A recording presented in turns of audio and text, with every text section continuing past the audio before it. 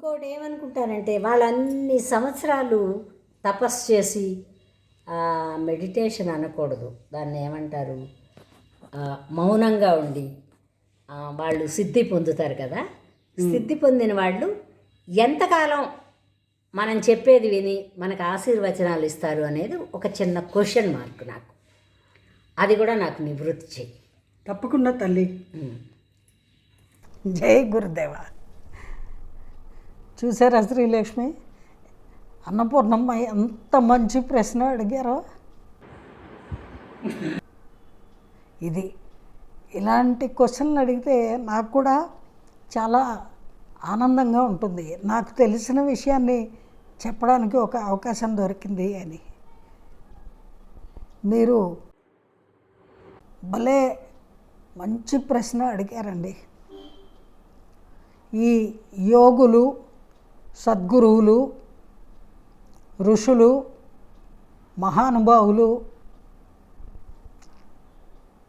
పుణ్యమూర్తులు, పురాణాలు, ఇతిహాసాలు, మన యొక్క వేదాలు, ఉపనిషత్తులు, వీటన్నిటినీ తెలుసుకున్న జ్ఞానవంతులు, విజ్ఞానవంతులు, ముఖ్యంగా ఎంతో కాలము తపస్సు చేసి ధ్యానం చేసి ఎన్నో సిద్ధులు సాధించుకున్నటువంటి సిద్ధమూర్తులు, సిద్ధ యోగులు, యోగి పుంగవులు, వీరందరూ కూడా చెప్పేటువంటి సత్సంగతులు, వారు చూపించినటువంటి సన్మార్గాలు మానవాళిని, సకల జీవరాశుల్ని సన్మార్గంలో నడపడానికి. అయితే మీరు ముఖ్యంగా నన్ను అడిగింది ఏమిటంటే, మానవులుగా అవతరించి లేదా జన్మించి కొంతకాలం తర్వాత ఒక 100 ఏళ్ళకో 200 ఏళ్ళకో వాళ్ళు సిద్ధి పొందిన తర్వాత ఆ తర్వాత కూడా వాళ్ళ యొక్క ఆశీస్సులు ఉంటాయా? ఆ తర్వాత కూడా వాళ్ళని ధ్యానిస్తే వాళ్ళు మన సమస్యలకి పరిష్కారం చూపిస్తారా? వాళ్ళు ఎంతకాలము వారి యొక్క సిద్ధఫలము, తపోఫలము మానవాళి పట్ల, సకల జీవరాశుల పట్ల కంటిన్యూ అవుతుంది అని కదా మీరు అడిగారు. వాళ్ళందరూ కూడా కారణజన్ములు. భగవంతుని ఆదేశానుసారము వాళ్ళు జన్మ తీసుకోవడము, అలాగే ఆ జన్మల్లో వాళ్ళు సాధించినటువంటి సిద్ధుల, తపో, ధ్యాన ఫలాన్ని సకల మానవాళికి, సకల జీవరాశులకి సన్మార్గము సూచించడానికి, సదా వాళ్ళని కష్టనష్టాల నుంచి కాపాడటానికి వినియోగించడం కోసం వాళ్ళ యొక్క సాధనలు, వాళ్ళ యొక్క తపస్సు, వాళ్ళ యొక్క సిద్ధత్వము ఏదైతే ఉంటుందో అది భగవంతుడు వారికి ప్రసాదించేటువంటి వరము. భగవంతుడు కొన్ని జీవాత్మల్ని మాత్రమే ఇటువంటి సత్కార్యాలకి ఎన్నుకొని వాళ్ళని సృష్టించి వాళ్ళకి ఆ డ్యూటీ పెడతారు. వాళ్ళ దేహానంతరము కూడా వాళ్ళ యొక్క పవర్స్, వాళ్ళ యొక్క శక్తులు ఏవైతే ఉన్నాయో అవి సత్శక్తులు అంటే పాజిటివ్ ఎనర్జీస్. ఎవరైతే ఆ మహానుభావుల్ని, ఆ యోగి పుంగవుల్ని, ఆ సద్గురువుల్ని ధ్యానిస్తారో, నమ్ముతారో, సేవిస్తారో వాళ్ళకి వారి యొక్క బ్లెస్సింగ్స్ సదా వాళ్ళని కాపాడుతూ ఉంటాయి.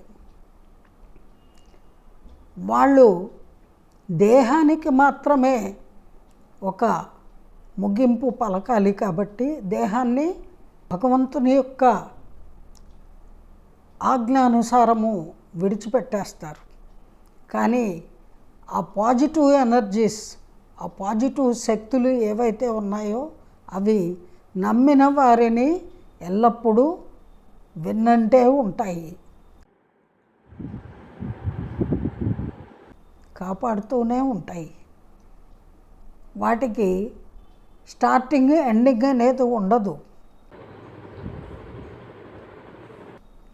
కాలమాన పరిస్థితులను బట్టి మానవులు అనుకుంటారు, ఒక 200 ఏళ్ల క్రితము పలానా మహానుభావుడు ఉన్నాడు, పలానా మాతాజీ ఉంది, పలానా బాబాజీ ఉన్నారు, పలానా గురువు గారు ఉన్నారు అని. ఇప్పుడు సిద్ధి పొందారట, సమాధి, జీవ సమాధి అయ్యారట. వాళ్ళు అయ్యింది శరీరము మాత్రమే. మనిషిగా మానవుడిగా పుట్టాడు కాబట్టి మానవ దేహాన్ని విడిచిపెట్టాలి కాబట్టి విడిచిపెడతారు. అంతేగాని వాళ్ళ యొక్క చూపించిన సన్మార్గము కానీ, సద్బోధలు కానీ, వాళ్ళ యొక్క పాజిటివ్ ఎనర్జీస్, ఆ పాజిటివ్ శక్తులు వాటికి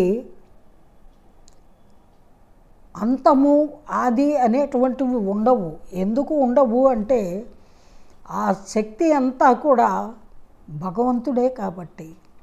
భగవంతుడు ఆ రూపంలో ఆ విధంగా సద్గురువులుగా మనకి సద్బోధలు చేయడానికి వచ్చి పెడుతూ ఉంటాడు. అది మనము మామూలు మనుషులం కాబట్టి గ్రహించలేము, గుర్తించలేము.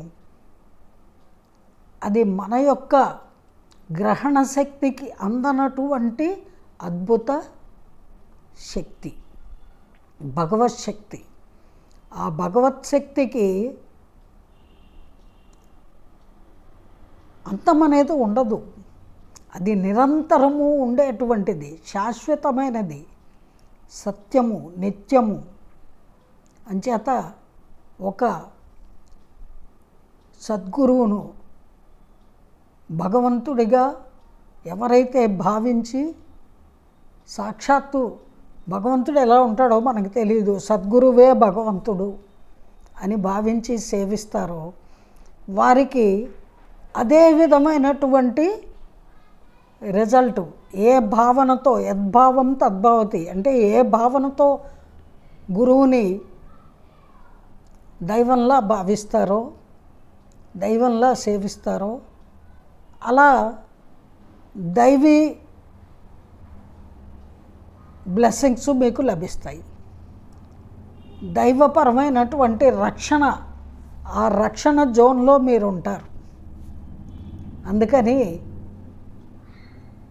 ఇది ఇక్కడ మొదలైంది, ఎప్పుడు ఆగిపోతుంది, ఇది ఎంతవరకు ఉంటుంది అనే సందేహమే అక్కర్లేదు.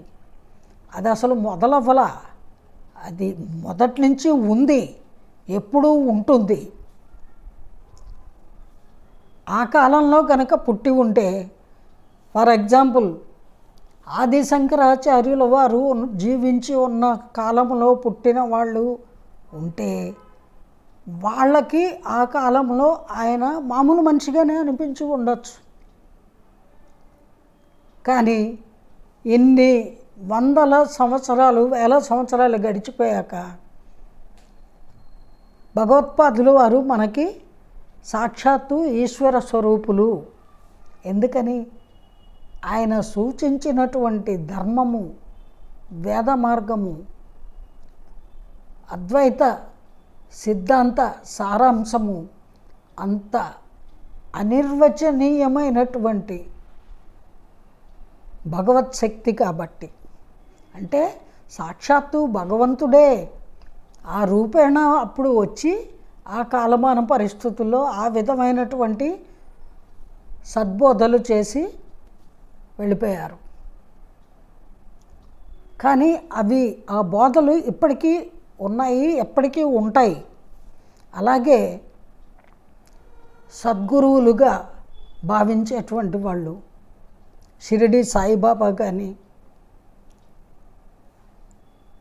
మరి ఇంకెవరైనా సరే అటువంటి